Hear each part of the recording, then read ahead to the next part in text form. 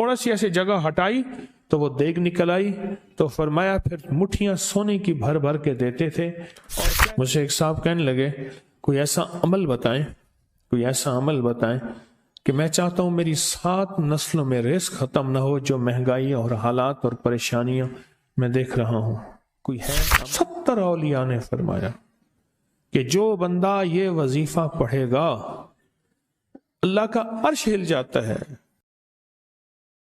لا علاج بیماریاں ہوں، دکھ ہوں، غم ہوں، قرضے ہوں، مصیبتیں ہوں، ناکامیاں ہوں اور پریشانیاں ہوں، اور ایسے حالات کہ جو انسان کہے کہ بس سب تو موت ہی ہے، اس کے علاوہ کوئی راستہ نہیں، کوئی ایسی پریشانی ہو، اللہ کا نظام ہے کہ اس پہ وہ ملتا ہے جو انسان گمان نہیں کر سکتا، سوچ نہیں سکتا۔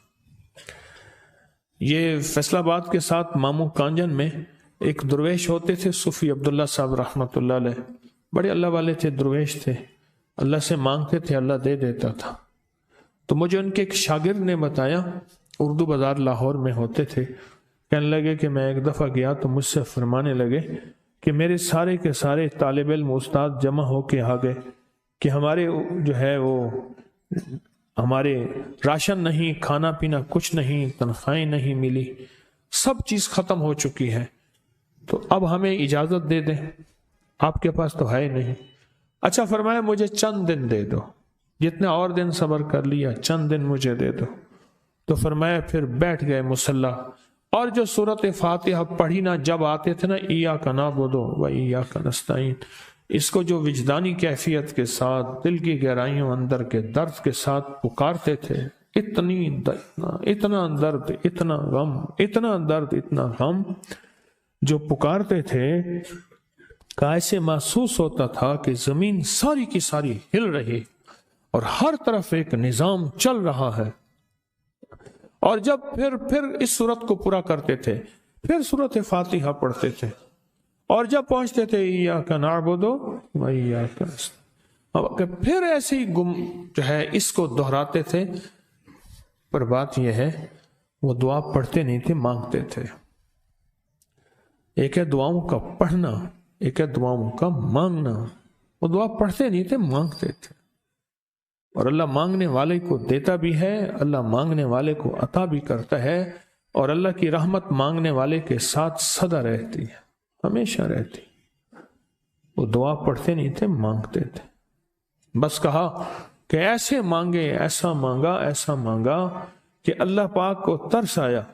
چند ہی دنوں میں فرمایا اللہ نے دکھایا کہ یہ دیگ ہے، سونے کی بھری ہوئی ہے، اور میں نے آپ کے حوالے کر دی۔ اور تھوڑا سی ایسے جگہ ہٹائی تو وہ دیگ نکل آئی، تو فرمایا پھر مٹھیاں سونے کی بھر بھر کے دیتے تھے، اور کہتے تھے اس کو حسب ضرورت خرچ کرنا، خیال کرنا، کہیں فضول خرچی نہ کرنا، اسراف نہ کرنا، اللہ کے خزانے ہیں اور برکت والے ہیں، کہ اللہ ناراض ہو کے چھین نہ لے، کہ اللہ ناراض ہو کے چھین نہ لے۔ مجھے ایک صاحب کہنے لگے کوئی ایسا عمل بتائیں، کوئی ایسا عمل بتائیں کہ میں چاہتا ہوں میری 7 نسلوں میں رزق ختم نہ ہو، جو مہنگائی اور حالات اور پریشانیاں میں دیکھ رہا ہوں کوئی ہے عمل؟ میں کہا بالکل ہے۔ میں نے کہا روزانہ 40 منٹ بیٹھ، 40 منٹ صبح دوپہر شام، جو تیری تنہائی کا وقت ہو، کہ یا اللہ دنیا میں ایسی جگہ کوئی کہیں ہوتی، اکیلے بیٹھے رہتے یاد تیری دل نشیں ہوتی، اکیلے بیٹھے رہتے یاد تیری دل نشیں ہوتی۔ 40 منٹ کوئی ایسا بیٹھ 40 منٹ اس انداز سے مصلی پہ، کہیں بستر میں، کہیں ایسی جگہ جہاں سوئے نہیں، اور بس صرف ایک بار سورۃ فاتحہ پڑھ، اور اس کے بعد ایاک نعبد و ایاک نستعین کو دوہرا۔ جاگ رہے ہیں؟ دیکھتے رہیں، مجھے دیکھتے رہیں، میں آپ کو دیکھتا رہوں۔ آپ اللہ کے اور اس کے حبیب کے مہمان ہیں، آپ کو دیکھنا بھی ثواب ہے، آپ کو دیکھنا بھی ثواب ہے۔ تو میں نے اسے عرض کیا کہ بس اس کو وجدان سے پڑھو، ایسے پڑھ کے رونگٹے کھڑے ہو جائیں، آنسو بہنے لگ جائیں، دل کے اندر کا درد اور دل کا اندر کا غم اور اللہ کے سامنے حاضری، استحضار، اور یہ کیفیتیں تیری ہوں کہ بس اس کے علاوہ کوئی مجھے یاد نہ رہے۔ اس درد سے پڑھو صرف 40 منٹ۔ 40 کی عدد کے ساتھ کائنات کے رازوں کا بڑا تعلق ہے۔ 40 کا جو عدد ہوتا ہے، بس 40 کے عدد کے ساتھ پڑھ، اور بہت توجہ سے پڑھ، اور بہت دھیان سے پڑھ، بہت توجہ سے روز پڑھ۔ مجھ سے کہنے لگا کتنے دن پڑھوں؟ تو میں نے اس سے کہا مجھ سے یہ دن نہ پوچھ، تیرا دل خود بولے گا کہ فیصلے ہو گئے ہیں، بس ختم، دل خود بولے گا۔ یہ بتائیں کہ پیٹ بھرتے ہوئے کوئی گھنٹی بجتی ہے، یہ دل خود بولتا ہے کہ پیٹ بھر گیا۔ پیاس میں بھی کوئی کہتا تو نہیں ہے کہ آپ کی پیاس بجھ گئی ہے، وہ دل خود بولتا ہے کہ بس اب پانی کی ضرورت نہیں ہے۔ نیند سے دل بھر جائے تو بس دل لے بس اب سو لیا، وہ اٹھیں۔ اسی طرح دل خود بولے، دل خود بولے، کیا بولے؟ دل خود بولے، اور دل اندر بولے، دل اندر بولے۔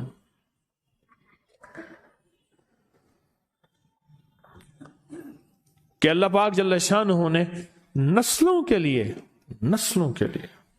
رزق کی عزت، دولت، برکت کے فیصلے کر دی، بس دل بولے۔ کتنے دیر کر؟ اب یہ تیری اپنے مانگنے میں ہے، اب یہ تیری اپنے مانگنے میں ہے۔ مانگنے میں کمی ہے تو دل نہیں بولے گا، اگر مانگے گا تو پتہ نہیں دنوں میں یا ہفتوں میں، جتنے میں دنوں میں فیصلہ ہو جائے گا، فیصلہ ہو جائے گا۔ اور میں نے اس سے کہا کہ یہ میرے پردادا کے پردادا کا عمل ہے، ان کا یہ عمل ہے، میرے پردادا کے پردادا کا عمل، جو ہماری خاندانی یادداشتوں میں یہ لکھا ہوا ہے، لکھا ہوا ہے۔ اور فرمایا اگر یہ کوئی بندہ کر لے، اللہ نسلوں کا رزق اللہ سے منوا لے۔ اور میں نے اس سے کہا خیال کرنا، رزق کے روحانی ساتھ منوانا، رزق کے روحانی ساتھ منوانا، رزق کے روحانی ساتھ منوانا، ورنہ دولت، مال، چیزیں مل جائے گی جس کے بارے میں کہا جاتا ہے کہ بعض بندے ایسے ہوتے ہیں اللہ پاک ان سے لقمے نہیں چھینتا، سجدے چھین لیتا ہے۔ اللہ ان سے لقمے نہیں چھینتا، کیوں؟ رزق جسمانی دوسرے لفظوں میں مل رہا ہے، اور رزق روحانی اللہ چھین لیتا ہے۔ یہ جو آج آپ بیٹھے ہیں تسبیح خانے میں اور میں بیٹھا ہوں، یہ ہم روحانی دسترخوان پہ بیٹھے ہیں۔ یہ بہت بڑا دسترخوان لگا ہوا ہے، دسترخوان ہے۔ سنا ہے در یار پہ بڑی دھوم ہے، سنا ہے در یار پہ بڑی دھوم ہے، وہاں عاشقوں کا ہجوم ہے۔ یہ روحانی دسترخوان ہے، میں بھی خود محتاج ہوں، یہ روحانی دسترخوان ہے۔ تو میں نے اس سے عرض کیا کہ ایک دسترخوان نہیں مانگنا، دونوں مانگنا، رزق روحانی بھی، رزق جسمانی تو اس کو بھی ملتا ہے جس کو کلمہ نصیب نہیں ہوا، رزق جسمانی تو اس کو ہی ملتا ہے جس کو کملی والی کی غلامی نصیب نہیں ہوئی، رزق جسمانی تو اس کو ہی ملتا ہے جس کے ماتھے پہ شقاوت لکھی ہے، رزق جسمانی تو اس کو ملتا ہے جو اللہ کا نافرمان ہے، رزق جسمانی تو اس کو ملتا ہے جو اللہ کے وجود کا انکار کرتا ہے، رزق جسمانی تو اس کو ہی ملتا ہے جو آخرت اور قبر کا انکار کرتا ہے، رزق جسمانی تو اس کو ملتا ہے جو جنات اور برزخ کا انکار کرتا ہے، رزق جسمانی تو اس کو ملتا ہے جو خود کملی والے کی نبوت کا انکار کرتا ہے۔ وہ تو بے بہا لوگ ہیں، ان کو ملتا ہے، پر تجھے بھی صرف رزق جسمانی ملا اور اللہ سے یہ منوا لیا، نہ یہ نہ منوانا، اللہ سے کہنا ہے اللہ رزق روحانی بھی دے اور رزق جسمانی بھی دے، دو رزق کٹھے عطا فرما۔ کون سا رزق؟ رزق اور رزق جسمانی بھی دے۔ کہیں ایسا نہ ہو کہ میری نسلوں میں صرف مال، دولت اور چیزیں ہوں اور تیرا نام اور تیرے حبیب کا نام نہ ہو، تیرا نام اور تیرے کملی والے کا نام نہ ہو، تیرا نام اور تیرے دوستوں کا نام نہ ہو، تیرا نام اور تیری آل و اصحاب کا نام نہ ہو۔ کہیں ایسا نہ ہو میں محروم ہو جاؤں مجھے آل اور محمد اور آل محمد اور اصحاب محمد کی نسبتیں یہ بھی ساتھ عطا کیے رکھ۔ میں نے اس سے کہا کہ 2 چیزیں مانگنا۔ اچھا، قدرت کا نظام ہے، کچھ دیوانے بھی ہوتے ہیں، یقین والے ہوتے ہیں، آپ جیسے آپ مخلص بیٹھے ہیں، اور پوری دنیا میں ہمارے ساتھ اس وقت مخلص بیٹھے ہیں جو ہماری آج کی محفل میں شریک ہیں، ہوتے ہیں دیوانے۔ اس نے یقین سے پڑھنا شروع کر دیا، مجھ سے کہنے لگا ایک وقت ایک جگہ ہو بہت بہتر۔ میں نے اس سے کہا، میں نے کہا پھر بھی اگر ایک وقت ایک جگہ میسر نہ بھی ہو تو اگر عمل کسی وقت چوک جائے، عمل کی جگہ چوک جائے، عمل کا وقت چوک جائے، مجبوری میں نہ ہو تو بہتر ہے، پر توجہ نہ چوکے، دھیان نہ جائے، استحضار نہ جائے، یقین نہ جائے، اور سچا یقین ہو، سچا یقین کہ میرا اللہ خود کہتا ہے یہ مانگنا بھی تو اسی نے دیا ہے نا، اسی نے مانگنا دیا ہے۔ جب اس کریم نے مانگنا ہی خود دیا ہے تو عطا بھی خود کرے گا۔ نہیں خوف نارے جہیم کا کہ کرم ہے مجھ پہ کریم کا، وہ خود عطا کرے گا مجھے، اس نے مانگنا دیا دے گا۔ یقین ہو ایسا ایسا ایسا ایسا، اتنا زبردست یقین ہو، اتنا یقین ہو اللہ کے ملنے پہ اور اللہ کے مانگنے پہ، اتنا یقین ہو کہ گمان اور خیال سے بالا تر یقین ہو، بہت زیادہ یقین ہو۔ یاد رکھیے گا میری بات، میری طرف دیکھتے رہیں، یاد رکھیے گا جس کو ملا ہے یقین کی طاقت میں ملا ہے، اور جس سے چھنا ہے بے یقینی نے اس سے سب کچھ چھین لیا، بے یقینی نے اس سے سب کچھ چھین لیا۔ جس کو ملا ہے یقین کی طاقت سے ملا ہے، یقین ہو کہ میں کر رہا ہوں اور اللہ مجھے دے دے گا۔ کہا کہ کیسا یقین ہو؟ کہا جیسے بکری کے تھن دودھ سے بھرے ہوئے اور میں کہوں کہ میرے ہاتھ سے دباؤں گا اور دودھ نکلے گا، اس سے زیادہ یقین۔ اور کہا کس سے زیادہ یقین؟ کہا کہ ایک بڑا نوٹ ہو اور بڑا نوٹ کے اندر جو ہے ایک آنے کی چیز آنی ہے، تو میں کہوں گا اس سے تو اس کی نوٹ کے اندر تو ہزاروں آنے ہیں، اور میں ایک آنے کی چیز، ایک ٹکے کی چیز لوں گا اور میرا کام بن جائے گا۔ اس سے زیادہ یقین ہو، اور اس سے کہیں زیادہ یقین ہو کہ سخت پیاس ہے اور میں پانی کو دیکھوں، اور پانی کو دیکھتے ہی مجھے یقین ہو کہ اس سخت پیاس میں میرا پیاس بجھ جائے گی، پیٹ بھر جائے گا۔ اس سے کہیں زیادہ یقین ہو۔ میں پھر بھی یقین کو نہیں سمجھا سکا، علم بھی محدود ہے، الفاظ بھی میرے پاس محدود ہیں۔ اس سے کہیں زیادہ یقین ہو، اس سے کہیں زیادہ یقین ہو، اور بہت زیادہ یقین ہو، اتنا یقین ہو۔ کیا خیال ہے؟ آپ چاہیں گے اپنی نسلوں کے لیے بخت، رزق، نصیب اور مقدر منوا لیں؟ کیا خیال ہے؟ وہ بڑا کریم ہے۔ میں نے ابھی نہیں بتایا کہ قرآن کا واقعہ سنایا، حضرت موسیٰ اور خضر علیہ السلام کا قرآن کا واقعہ سنایا کہ ان کی 7 نسلوں کا جو ابا تھا نا، وہ 7 نسلوں میں پہلے والا ابا، دادے کے دادے کے دادے کا دادا، ٹھیک، وہ نیک تھا، وہ دعائیں مانگتا تھا، وہ اللہ کے ساتھ تعلق میں تھا، اس کا تقوی تھا، وہ اس کی نیکی کا اثر، اس کی نیکی کا اثر، اس کی نیکی کا اثر نسلوں میں منتقل ہوا، نسلوں میں منتقل ہوا۔ پڑھ لیں، مانگ لیں، اللہ سے کر دیں کہ اللہ میرے لیے اور میری نسلوں کے لیے رزق روحانی اور رزق جسمانی کے فیصلے کر دیں، رزق روحانی اور رزق جسمانی کے فیصلے کر دیں۔ شاہ عبد الرحیم تھے شاہ ولی اللہ رحمت اللہ علیہ کے والد محترم، انہوں نے شاہ ولی اللہ سے کہا بیٹا میں تجھے روحانی مشقیں کرا رہا ہوں، ایک مشق ایک بھی کر لے، اپنے لیے اور اپنی نسلوں کے لیے اللہ سے رزق منوا لے۔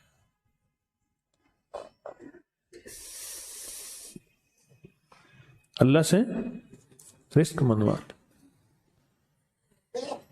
اللہ سے رزق منوا لے۔ تو پوچھا کہ حضرت میں رزق کیسے منواؤں؟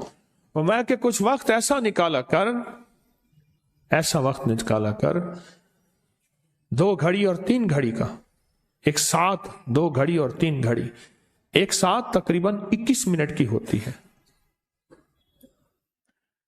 تقریباً 21 منٹ کی۔ 2 ساتیں مل جائیں تو 40 منٹ بنتے ہیں۔ تو ایک ساتھ 2 ساتھ 3 ساتھ کی گھڑی میں کہ بیٹھ کے نا سورت فاتحہ اور اس میں ایاک نعبد و ایاک نستعین کا تکرار اور استحضار کیا کر، اور ایسا کیا کر تیری آنسوں بہیں، تیرا دل روئے، تیری آنکھیں روئیں، تیرے رونگٹے کھڑے ہوں اور رواں رواں، اور اس کے اندر سے تیرا پل پل، تیرا من، تیرا جذبہ، تیری سوچیں بولیں، کیا بولیں؟ ایاک نعبد و ایاک نستعین۔ تو ایک میلہ تھا اللہ کے نیک بندوں کا، تو اس میں 70 اولیاء جمع ہوئے، 70 اولیاء جمع ہوئے۔